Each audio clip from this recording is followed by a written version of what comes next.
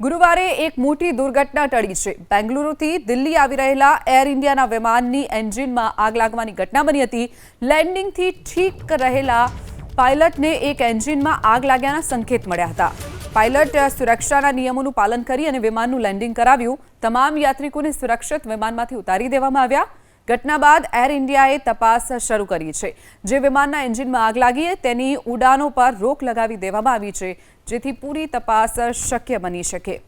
તો એર ઇન્ડિયાના જે વિમાનમાં આગ લાગવાની ઘટના બની હતી, બેંગલુરુથી દિલ્હી વિમાન પહોંચ્યું હતું।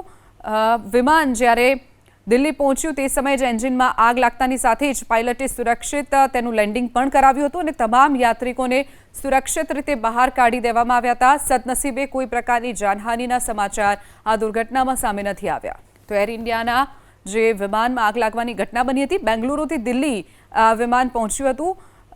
વિમાન જ્યારે દિલ્હી પહોંચ્યું તે સમયે જ એન્જિનમાં આગ લાગતાની સાથે જ પાયલટે સુરક્ષિત તેનું લેન્ડિંગ પણ કરાવ્યું હતું અને તમામ યાત્રિકોને સુરક્ષિત રીતે બહાર કાઢી દેવામાં આવ્યા હતા। સદનસીબે કોઈ પ્રકારની જાનહાનિના સમાચાર આ દુર્ઘટનામાં સામે નથી આવ્યા।